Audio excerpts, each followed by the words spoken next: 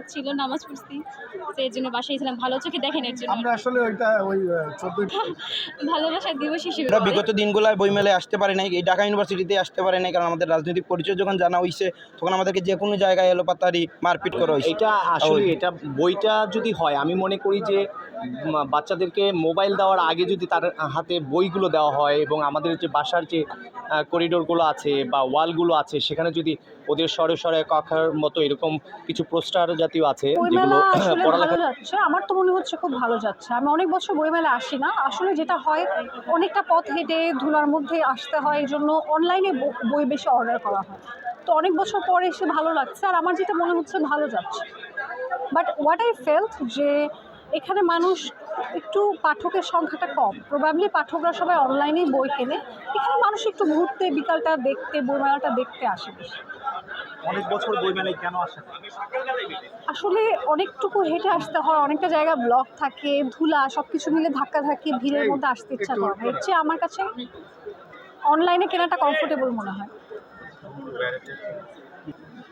আচ্ছা, এই বইমেলার সাথে আপনার সম্পৃক্তি কিভাবে মিজান পাবলিশার্সের সাথে? এই বইমেলার সাথে আমি সম্পৃক্ততা হচ্ছে আমার একটা বই এসছে এই বইমেলাতে, আর আমার লাইফে প্রথম বইটা এই পাবলিশার থেকে যেটা বের হয়েছে, মিজান পাবলিশার্স। তো এটাই হচ্ছে, এই কারণেই হচ্ছে আমার এখানে আজকে থাকা।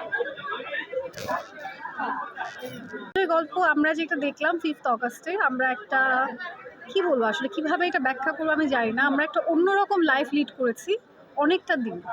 তো ওই সময়টাকে ঘিরে আমি ভেবেছি এটা এমন একটা সময় যেটা আমাদের স্মৃতিতে বা মেমোরিজে প্রত্যেকটা মানুষের ওই সময় যে যারা এই ঘটনার সাথে ইনভলভ ছিল, আমার কাছে মনে হয় প্রত্যেকটা মানুষের স্টোরি থাকা উচিত, যেটা আমরা পড়বো বা আমাদের ফিউচার জেনারেশন পড়বে। তো ওটারই একটা ছোট মেমোরি ধরে রাখার ট্রাই করে আমি এই বইটা লিখেছি। এটা কি ধরনের বই? এডিট করতে চাই না, আমি আমার মনের কথাটা বলতে চাই। আমার মেসেজটা হচ্ছে প্রতিটা মানুষ যারা একসময় যুদ্ধে ইনভলভ ছিলেন, যুদ্ধ করেছেন বা কোনোভাবে ওখানে ইনভলভ ছিলেন, কন্ট্রিবিউট করেছেন।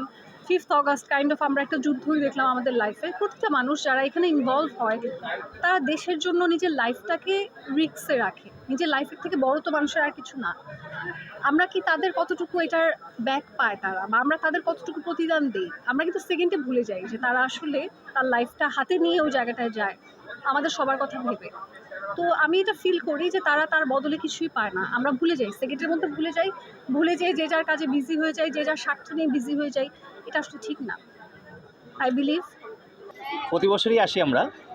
তো এবার আসার পরে একটু ভাল লাগছে, যেটা শৃঙ্খলা, বিশেষ করে প্রত্যেকটা স্টলে আমার কাছে এত ভালো লাগছে ঘুরে দেখে যে অনেক বই, এখন নতুন নতুন অনেক বই আসছে।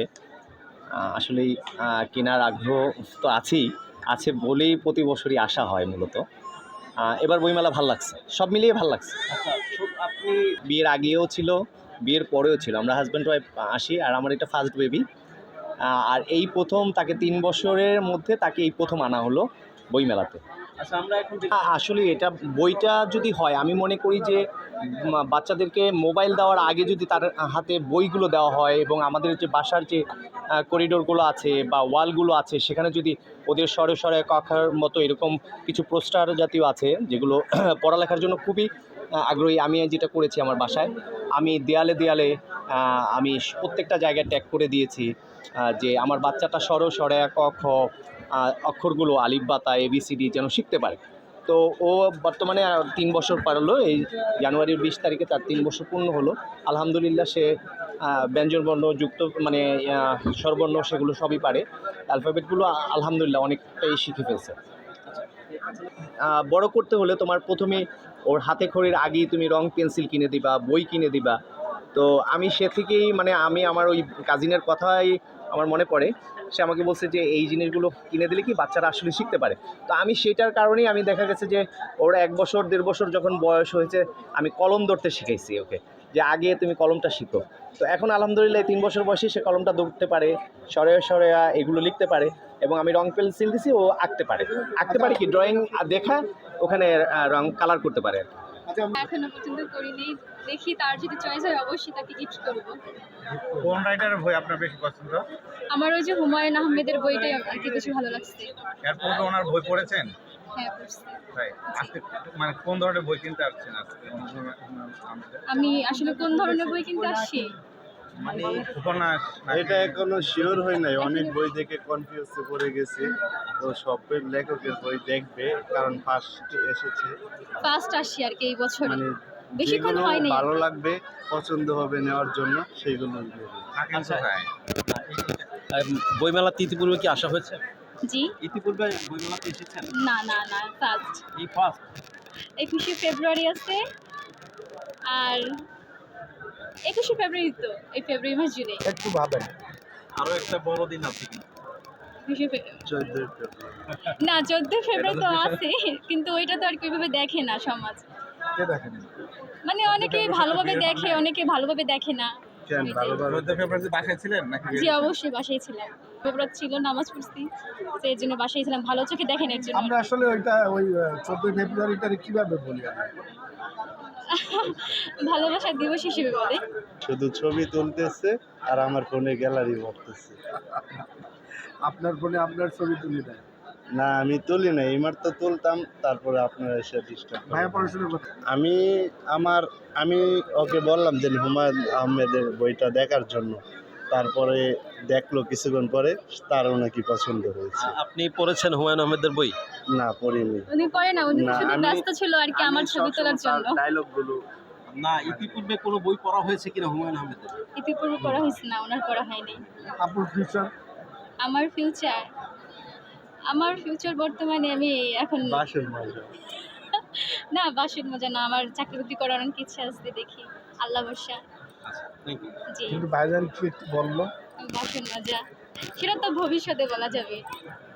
সেটা তো নারীদের কপালে আছে। হ্যাঁ সেটা তো আছে অবশ্যই, বাসের মজা, কাপড় ধোয়া এগুলো আছে।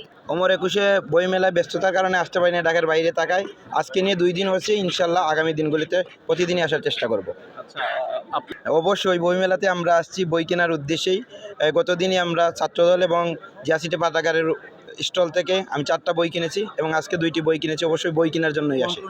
আমি বইগুলা কিনছি মাহফুজুর রহমান স্যার, মাহফুজুল্লাহ স্যারের এবং আসিফ নজরুল স্যারের। আজকে কিনছি আমরা স্মৃতির জোড়া পাতা, দেওয়ান সালাউদ্দিন বাবু ভাইয়ের বই।